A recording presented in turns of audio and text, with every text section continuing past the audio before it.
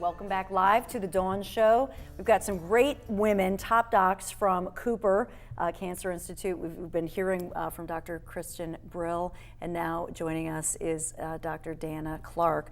And what's interesting, you're not only a geneticist, but your motivation, Dana, for wanting to work in this field was your own family. Yeah, my grandmother was diagnosed with ovarian cancer. We got a good bit of time with her, but then she wound up passing away from her disease. So I'd always been interested in cancer, and so this kind of fit in nicely, doing the genetics of it all and delving into family histories every day. So it's nice. And how many have you had more patients for both of you? Have you had more patients after the Angelina Jolie announcement? In the last week, I've had 4 phone calls, including one from Honduras of a man who his wife now wants to be tested. They don't know where else to go, so they had heard about Cooper and so emailed us from Honduras. I think it's fabulous. You know, genetics has been well known. I mean, we were testing people prior to this, but I think people are now thinking, hey, if she can do it, I can do it. If she's got enough guts and strength and kids relying on her, you know, and I think that people are almost just relating on a human level to someone who's said, you can do this, you can live through it, survive it. And so I expect that we're going to see more people now who are maybe on the fence and have now said, why not? And you know, I have to admit, I didn't even think of that internationally, because she is, Angelina Jolie's an international figure of all of her charity work and so on and so forth. Yeah. But it's cool that, you know, we take Cooper for advantage because you're right in our backyard, but you know, you love to hear that you have people around the world going, Cooper. I think also for many families, it's been sort of a hush topic and one that's not easily dealt with, because you have to remember these families have this studded family history of early breast, ovarian, and other cancers. So it now brings us into the open for an open conversation and the opportunity to be a little bit more proactive. And I think the fact that she's young as well. She's a woman in her 30s. She's a mother in her 30s with little ones. And so I think that, again, you know, the opportunity is now available to young women in their 30s saying, again, you know, I need to make this decision. This is something important. I'm at the time in my life that now I can handle this. So how does this work? I mean, if somebody calls you up and says, can you test me? You're the genetic guru. How does it work? How does that testing work, and what do you say once you figure out? Right. So people come in based on family, personal history, whatever it is that brings them to our door. The testing for the breast cancer, ovarian cancer genes, it can be done by blood, it can be done by mouth swab.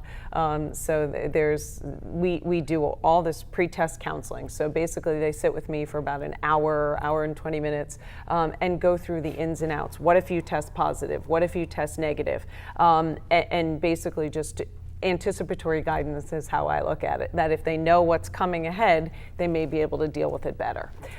So that when they test positive, if they test positive, then we sit down with them again, go through all of their options: breast cancer, ovarian cancer, the risks to their family members, their children. This includes men as well, so we try to make sure that they know to tell their brothers and sons. So we go through everything, and then based on what their feedback is, then we know how quickly to move and where to send them. And so how do you know, is it a different test for ovarian and for the breast cancer? So the BRCA gene, like Angelina Jolie had, is the same test. The BRCA genes account for probably about 75 to 80% of cases of hereditary breast and ovarian cancer. So that's one test. You've got different tests for colon cancer predisposition, for head and neck cancer. So there's about 400 cancer genetic syndromes, BRCA being one of them. Okay, so in other words, and I think she's planning to get her ovaries removed, right? Because that's the tough one with ovarian cancer. We love, you know, we love the Sandy Rollman, the walks and so on, and the teal walks, and then you go to the walk the next year and you've lost somebody. I mean, ovarian, as you know, in your family, it's brutal, but it's a little trickier. Yeah, it's harder to detect ovarian cancer. The 2 screening tests we have, it's not that they don't find it, they just don't find it early enough to make a difference in survival. So we do talk to our young BRCA positive women about removing their ovaries, and the time point that you think about doing it is between 35 and 40. So this is a woman who comes in, I'd maybe like to have another child, maybe I haven't had any yet, as we're starting to see, women are having children later and later and getting married later. So you're talking to a 35-year-old who may have no children versus a 35-year-old who her kids are, 10 and 11 and 12.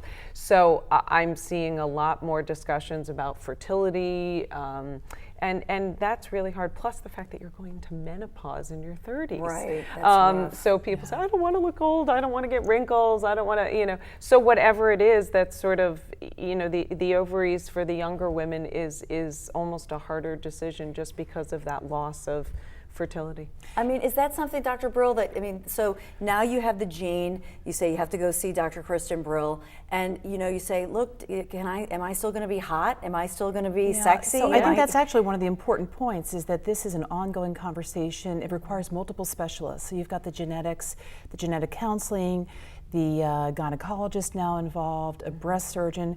We also get these women in for detailed breast imaging. We change their imaging schedule, as I mentioned before.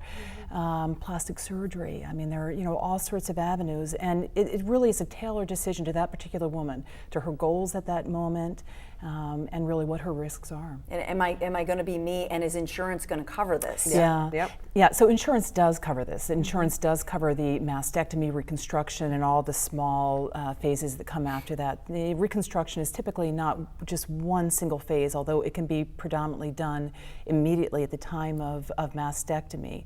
But usually there's a few procedures afterward to sort of tweak, sometimes for nipple reconstruction if they decide not to do nipple sparing up front. So it's a longer process. I mean, it may be a year before a woman is completely sort of through the entire process of breast reconstruction and thinking about ovaries. So it's a lot to think about. We have one more fabulous Cooper doctor that you'll want to hear from. Stay right there. And if you have questions, there's a number on the screen. We are live. You're watching The Dawn Show.